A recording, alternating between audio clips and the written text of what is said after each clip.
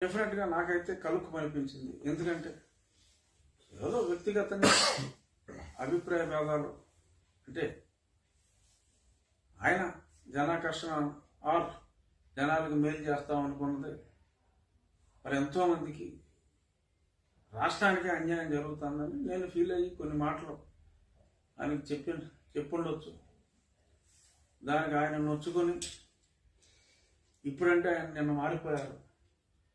శత్రువుని కూడా ప్రేమిస్తేనే దేవుడు మిమ్మల్ని దగ్గరికి తీసుకుంటాడంటే అంటే అప్పుడు నాకు అర్థం కాల. ఆ దేవుడు క్షమిస్తాడేమో అని నేను అనుకున్నా. అంటే ఈయన కూడా ఆ దేవుడిని దేవుడిగా భావిస్తాడు అనుకున్నాను, కానీ తనే దేవుడు అనుకుంటాడని అనుకోలే. ఇప్పుడు ఆయన దగ్గరకు చేరుకోవాలి అంటే మనం అందరం కూడా శత్రుత్వాన్ని మరచి శత్రువును కూడా ప్రేమించాలి అని అన్నారు కాబట్టి మరి ఇది ఆయన చెప్పారు కాబట్టి చెప్పిన కొద్ది గంటల్లో ఆయనే భగవంతుడిగా మా పార్టీ చెప్పింది కాబట్టి ఆ సూత్రాన్ని కనీసం నా వరకు పాటిస్తారేమో అని నా భావన. మనస్ఫూర్తిగా అయ్యా తమను తాము భగవంతునిగా ప్రకటించుకున్న జగన్మోహన్ రెడ్డి గారు, జగన్మోహనానంద,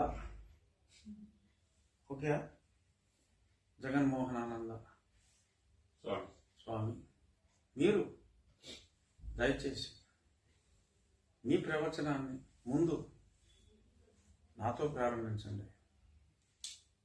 వద్దు, నేను మీకు అసలు శత్రువునే కాదు, నేను ప్రజలకు మిత్రుని అంతే. దాన్ని మీరు పైగా ఒకవేళ మీకు శత్రువుని అయినప్పటికీ కూడా ఒక మనిషిని ఎన్నిసార్లు శిక్షిస్తారు? ఆల్రెడీ కోటింగ్ ఇచ్చారు, బాగా ఇచ్చారు, చూశారు. ఇంకా మీరు మారిపోయారు. అసలు మీరు మనిషే కాదు, భగవంతుడిగా మారిపోయారు.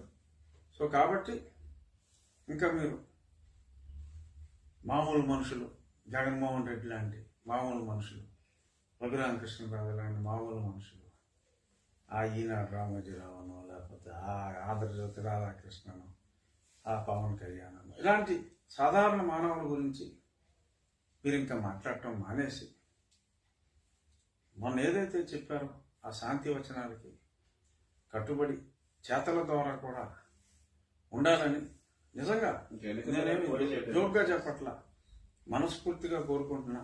మీ మాటలు అద్భుతం, మీ పోస్టర్లు అద్భుతం. దానికి స్టికాన్ అయ్యి ప్రజల్ని ప్రేమించండి. ఎవరైనా తెలియక వేరే వాళ్ళ పోస్టర్లు వేస్తే శిక్షించకండి, ప్రేమతో వదిలేయండి. నేనేదో ఊరు వస్తున్నానని చెప్పి ఎవరో పెద్ద ఫ్లెక్సీ కడితే అరగంటలో పోలీసులు చేశారట. ఎందుకు స్వామి అలా? మీ పోలీసులకు కూడా ఒక వీడియో సందేశాన్ని అందరి ఫ్లెక్సీలని కూడా నా ఫ్లెక్సీలుగానే భావించండి అని చెప్పి చెప్పండి. ఇలా మీకు ఇష్టం లేని వాళ్ళ ఫ్లెక్సీలు ఎక్కడన్నా వేస్తే ఆ పోలీసు వాళ్ళు మీకు తెలియకుండా తీసేస్తున్నారు. పోలీసులకు కూడా కొంచెం మనుషులుగా మారమని చెప్పి, అలా అయితేనే మీరు వారిని ప్రేమిస్తారని చెప్తే మరి వారి ఆగడాలు కూడా కాస్త తగ్గే అవకాశం ఉంది. సో కాబట్టి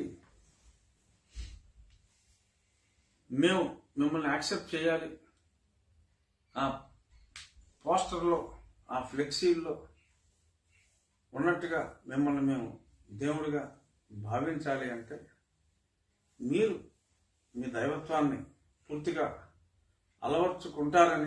అలవర్చుకోవాలని మరొక్కసారి సాధారణ మానవులైన